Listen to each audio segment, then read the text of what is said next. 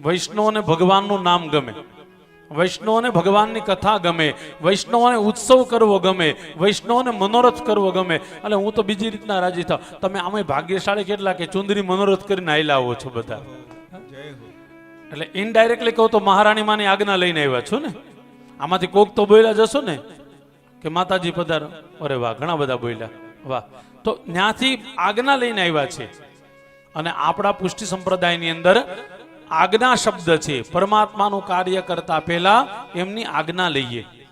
વલ્લભ બાળકોની આજ્ઞા લઈએ, મહાપ્રભુજીની આજ્ઞા લઈએ, માં યમુનાજીની. કારણ કે દીનતાનું દાન કરવા વાળા કોઈ હોય તો માં યમુનાજી છે. તમને મને ઠાકુરજી કોણ આપે છે? માં યમુનાજી. યમુનાજીની કૃપા વગર ભગવાન ન મળે. અને આ ડાયરેક્ટ હું કહું તો આ સિદ્ધ થઈ ગયો અહીંયા. ઠાકોરજીની કૃપાથી તમને અત્યારે ભાગવતજી, ભાગવતજી એટલે ભગવાન, ભાગવતજી એટલે સાક્ષાત ભગવાન ઠાકોરજીનું સ્વરૂપ છે.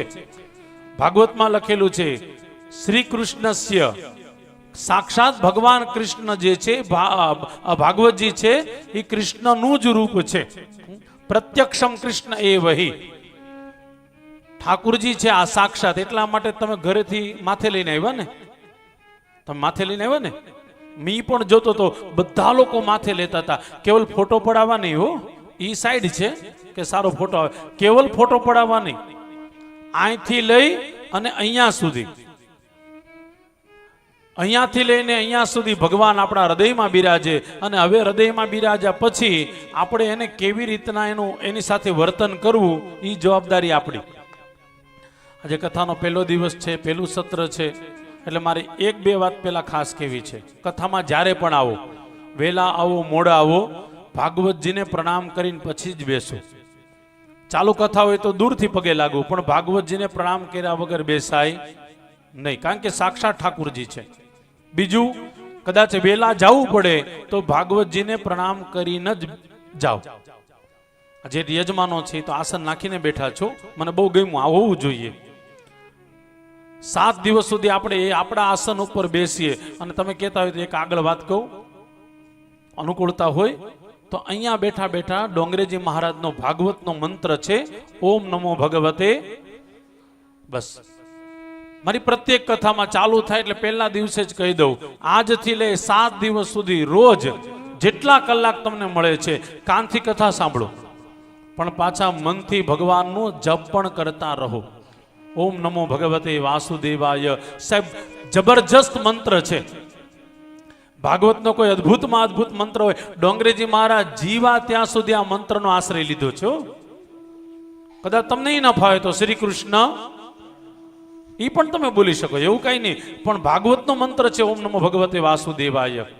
અને જ્યારે ભાગવતજી સન્મુખ છે ત્યારે આ મંત્રનો આશ્રય લો.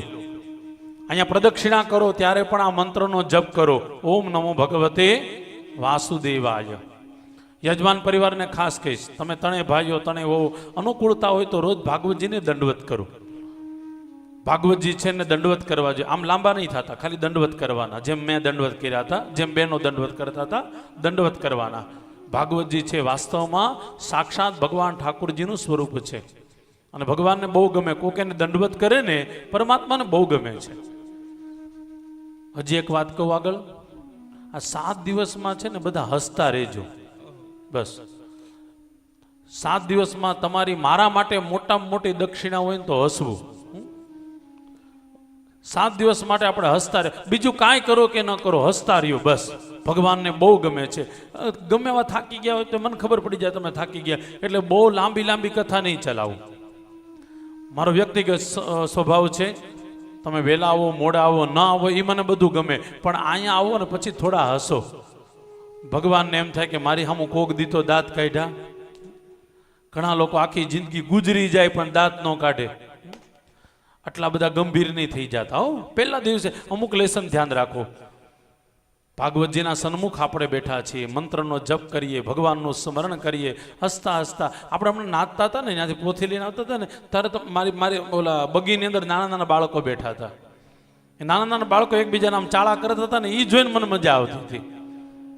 એ કશ્યપભાઈના છોકરા હતા બધા મોટા ભાગે, એ આમ એકબીજાને ચાળા કરતા હતા. હું એનો આનંદ લેતો હતો.